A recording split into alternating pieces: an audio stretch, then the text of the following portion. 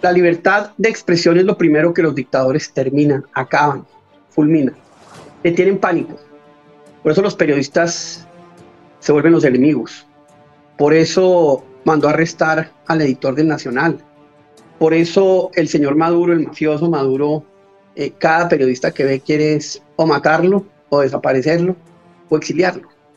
Y este programa lo que quiere es revivir, digamos, estas historias que muchas veces se pierden y que muestran cuál es la verdadera fragilidad de un dictador, que es la verdad.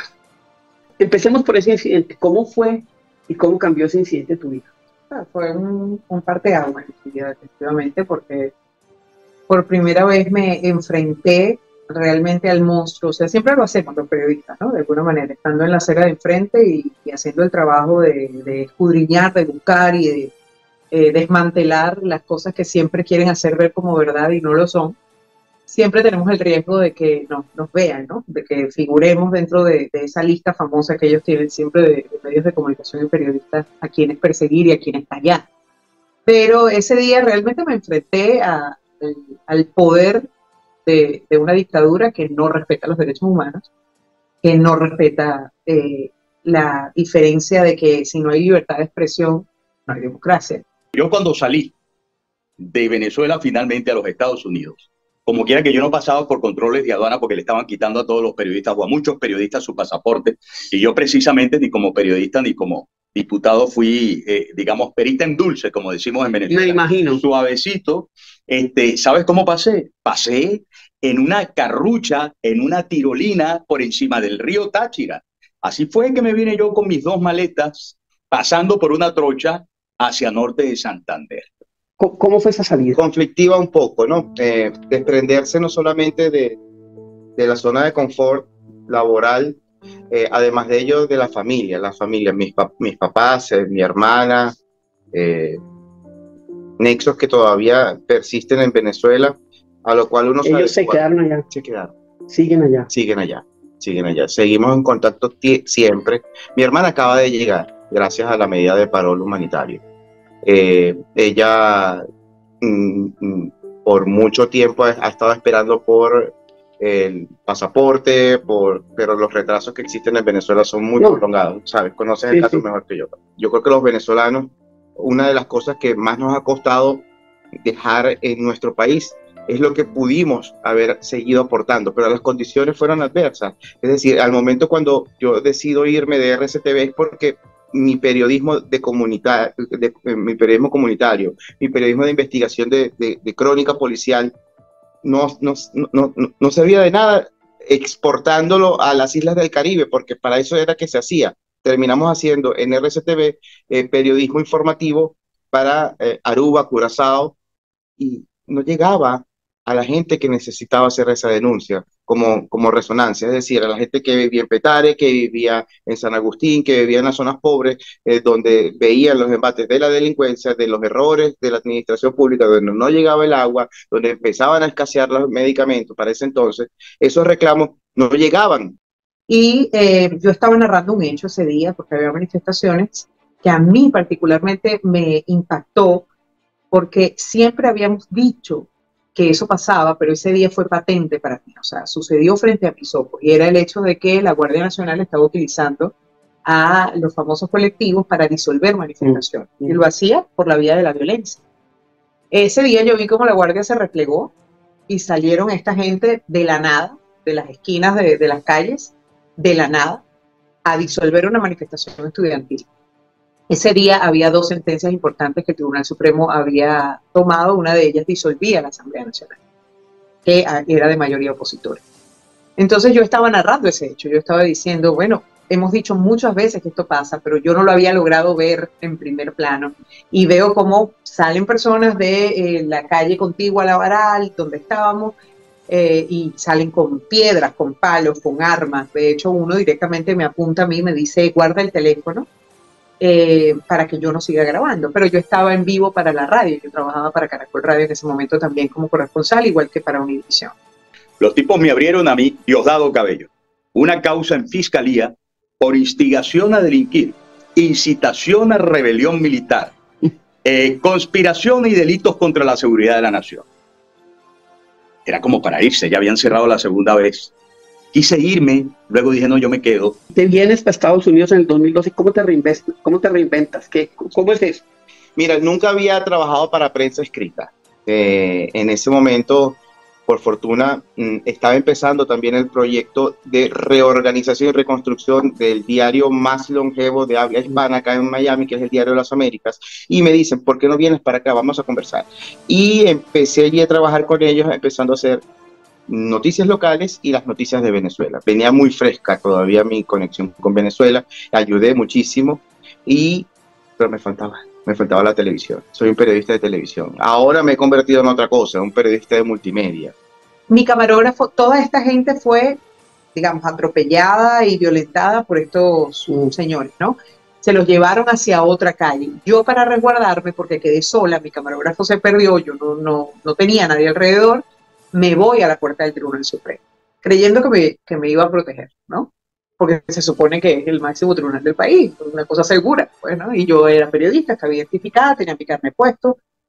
Entonces yo estoy narrando esto por teléfono y un superior me escucha, un mayor creo que era, y ordena que me quiten el teléfono.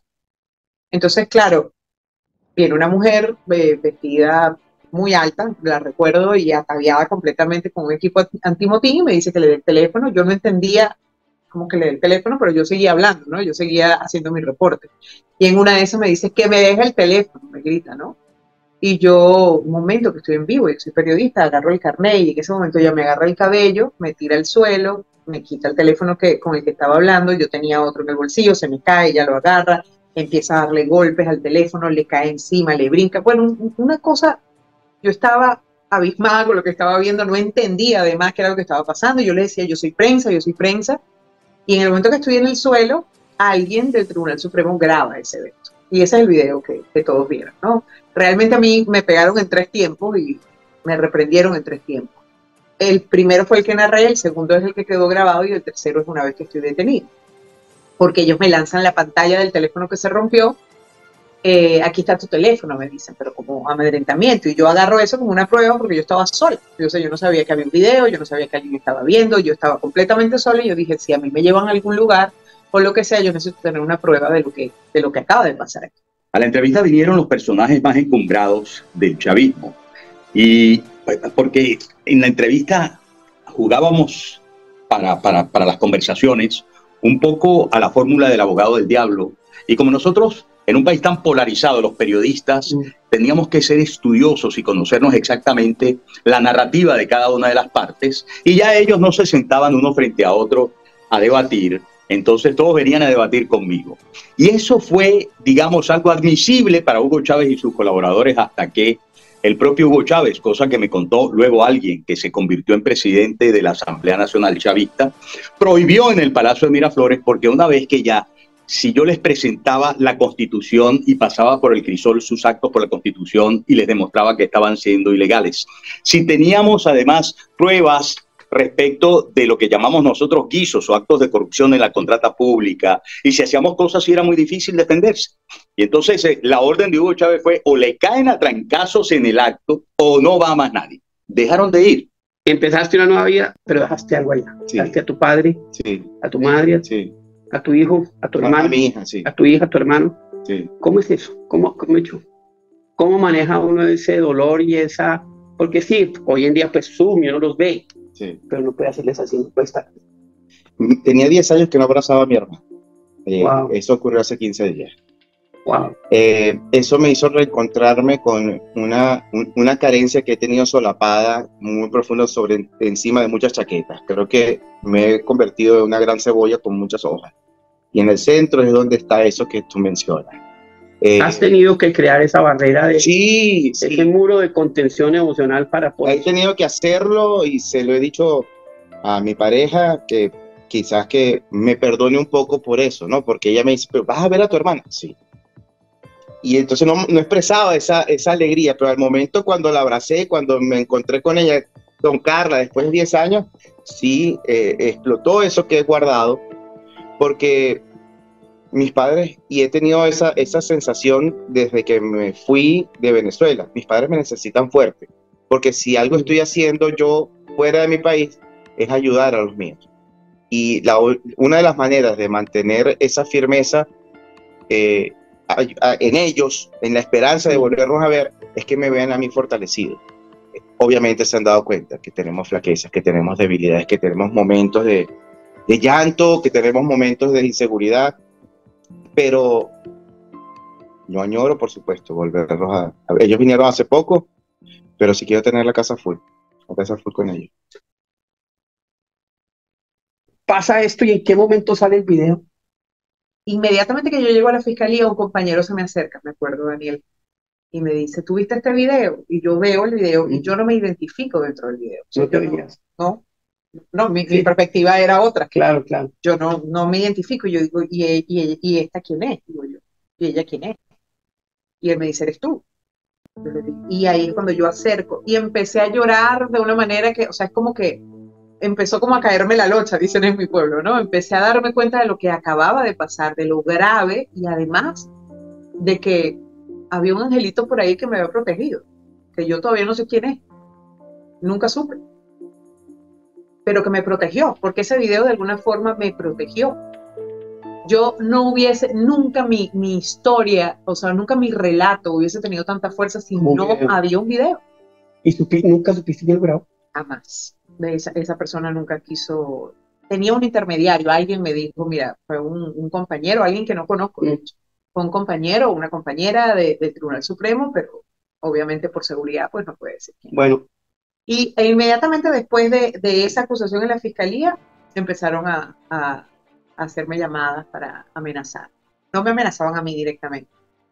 ¿A quién amenazaban? A mis hijos, a mi esposo. Eso es típico de una dictadura mafiosa. A mis hijos, a mi esposo. Mi hijo tenía 17 años y me decían, acuérdate que tu hijo quiere ir a la universidad, de repente en el camino tiene un accidente, o cosas así por el estilo, te lo vamos a mandar picado en caja, me dijeron una vez. O mi esposo decía, tu esposo está vestido con una camisa blanca hoy, se le va a manchar, qué pena. Y yo llamándolo a él, ¿dónde estás tú? Exactamente estaba en el lugar donde me decían, y yo como una loca diciéndole, salte de ahí.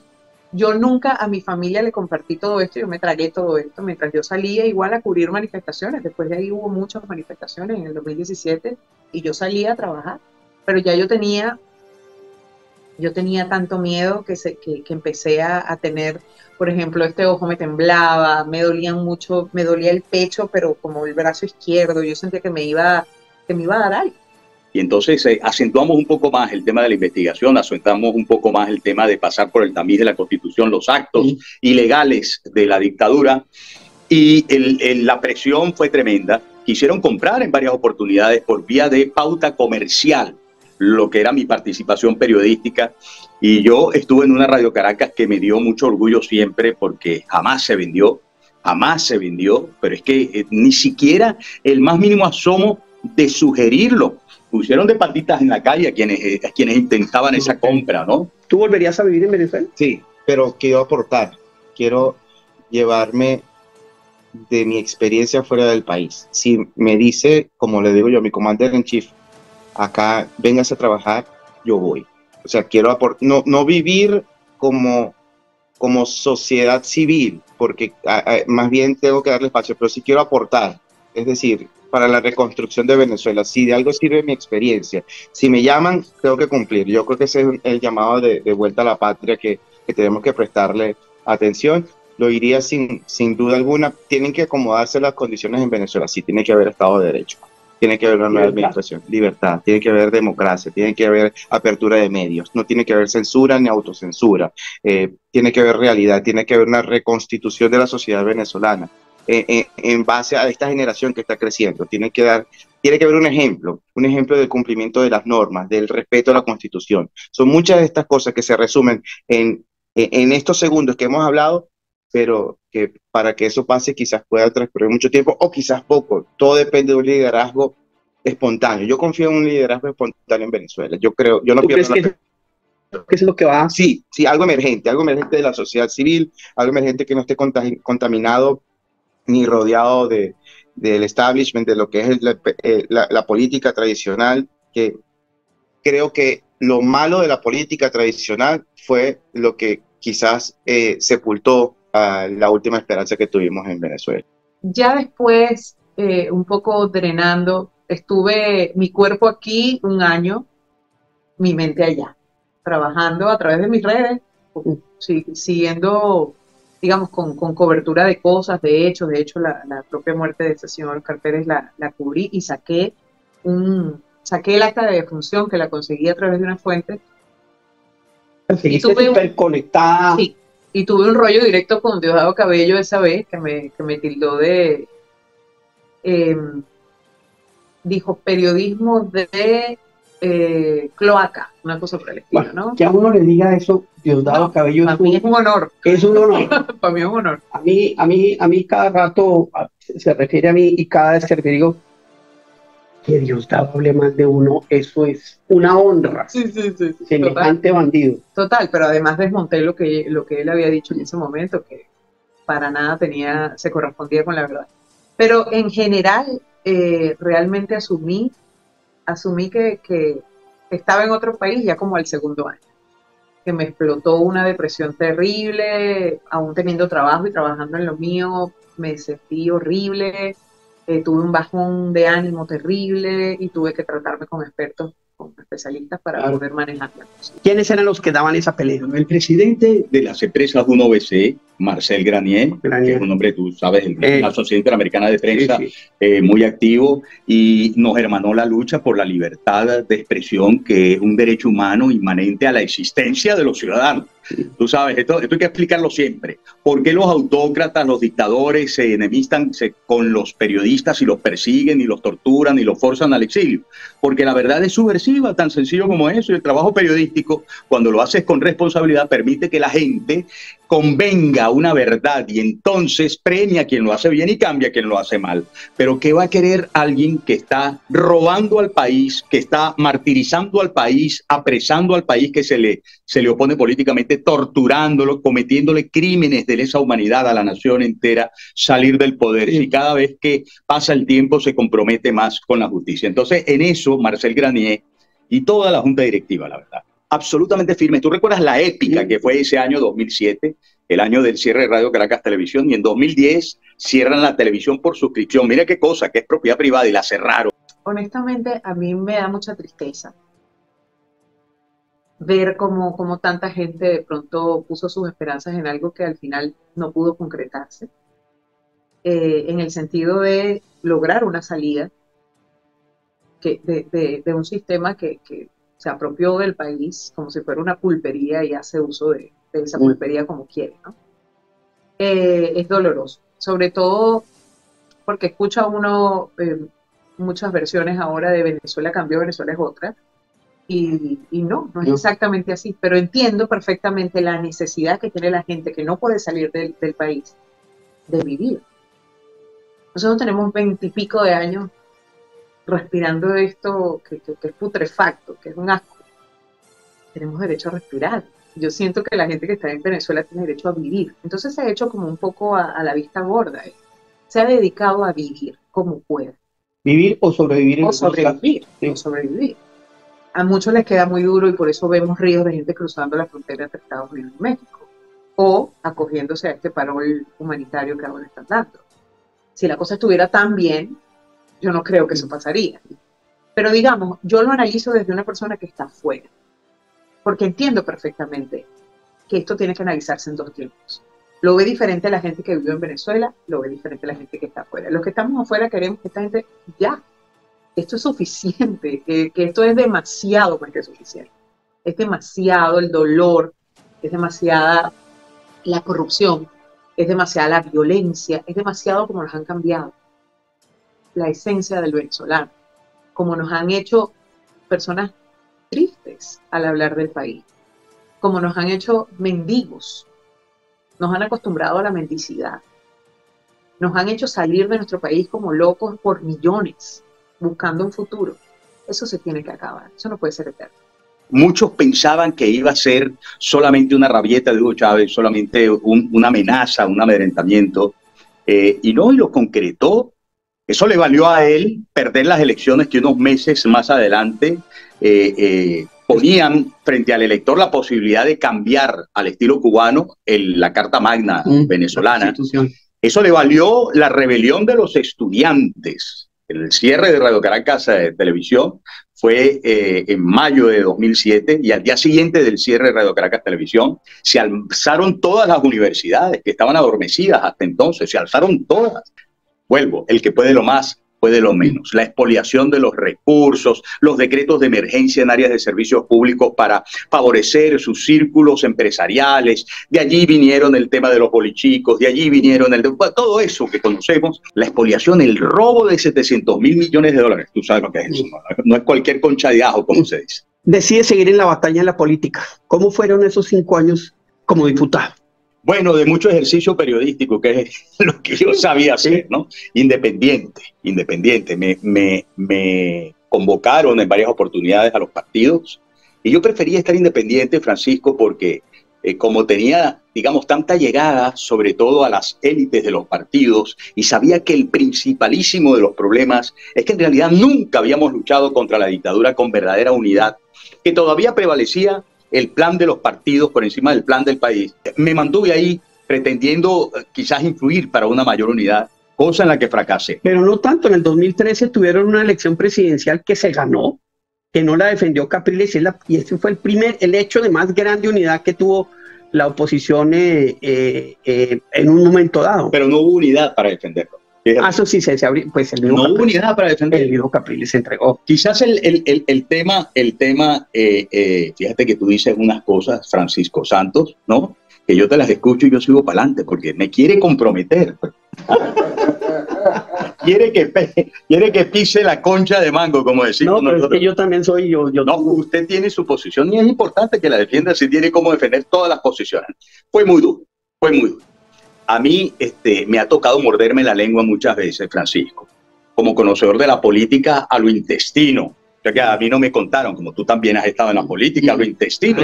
A nosotros no nos cuentan las cosas, las vivimos, ¿no? Y entonces, pero para mí el valor supremo es la libertad de Venezuela. Y ya llegará el momento de que los muy mal portados tengan que rendir cuentas. Primero sacar a esta gente que son verdaderamente unos criminales. O sea, eso es lo peor de lo peor que pudo haber atenazado a nuestro país y que ha exportado además la fórmula a otros países. Y nuestro mayor deseo es que Gustavo Petro para Colombia no signifique ni tantito así la reedición de lo que vivimos los venezolanos. Ojalá lo vean mis ojos. Creo que no estoy tan vieja, creo que puedo verlo. ¿Tus hijos son venezolanos? Mis 3 hijos son venezolanos, aunque el primero es estadounidense-venezolano. Sí, pero no de nacimiento, me refiero el corazón, porque han vivido, pues ya han vivido gran parte de su vida acá. ¿Cómo ven eso? Y sumamente sensibles a la realidad venezolana. Se sienten venezolanos, comen venezolano, son venezolanos.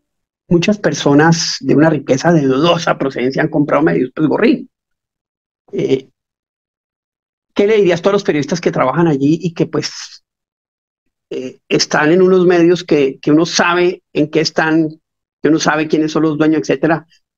¿Cómo maneja uno esa ambigüedad moral como periodista? Uno trabaja para la gente y trabaja para la gente para tratar de acercarle la verdad a la gente, y por eso uno hace el esfuerzo como periodista, de contrastar la información. Y si alguna de las partes no te sirve de fuente porque no te presta como fuente, porque está en contra de ti, es tu enemigo, pues investigas a esa fuente y le llevas a la gente información contrastada para que saque sus propias conclusiones, como decimos nosotros en los programas. Si no se puede hacer eso con libertad, hay que irse de ahí. Si sabemos que los dueños están llegando más bien con unas fórmulas que no son información, sino propaganda, hay que irse de ahí.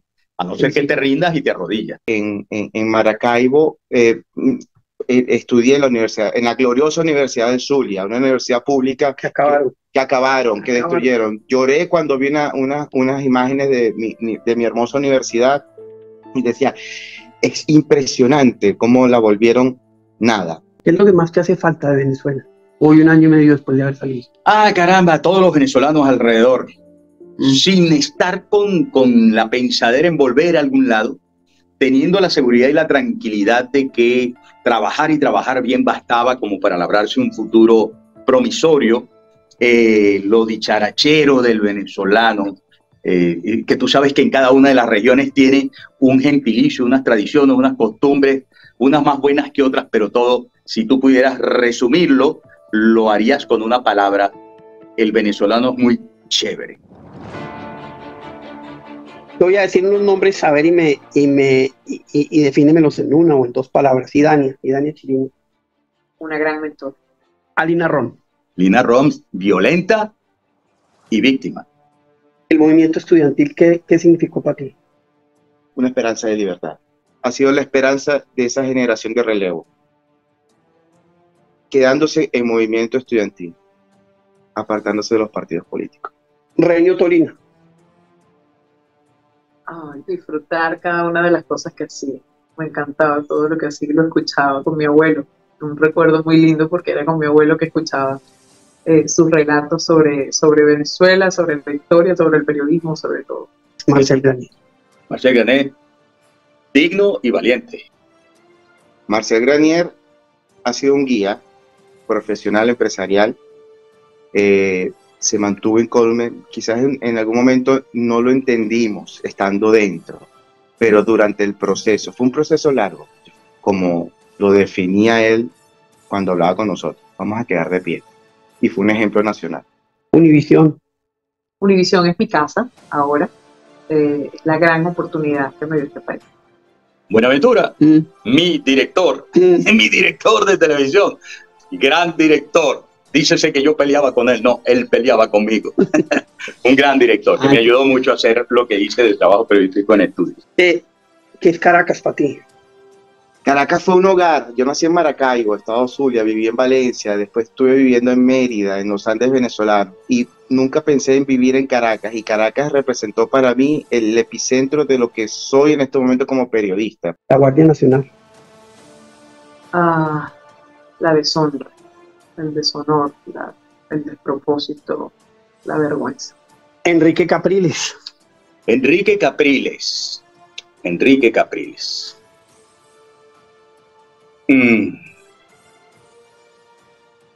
Me quedé sin palabras, fíjate, Sí, ¿no? sí. Pero bueno, polémico y controversial. ¿Y Diosdado? Es una mente muy brillante que trabaja para el mal. Hugo Chávez. Cambió la cara, ¿no? Completamente. Hugo Chávez es responsable de este derrame de venezolanos en todo el hemisferio. Hugo Chávez es la mente criminal, el destructor de Venezuela. Hugo Chávez sigue siendo el legado más perjudicial de Venezuela, y le va a seguir Nicolás Maduro. El espacio es la historia de algo que nos puede pasar a todos. La libertad y la libertad de expresión no es gratis. Muchas gracias.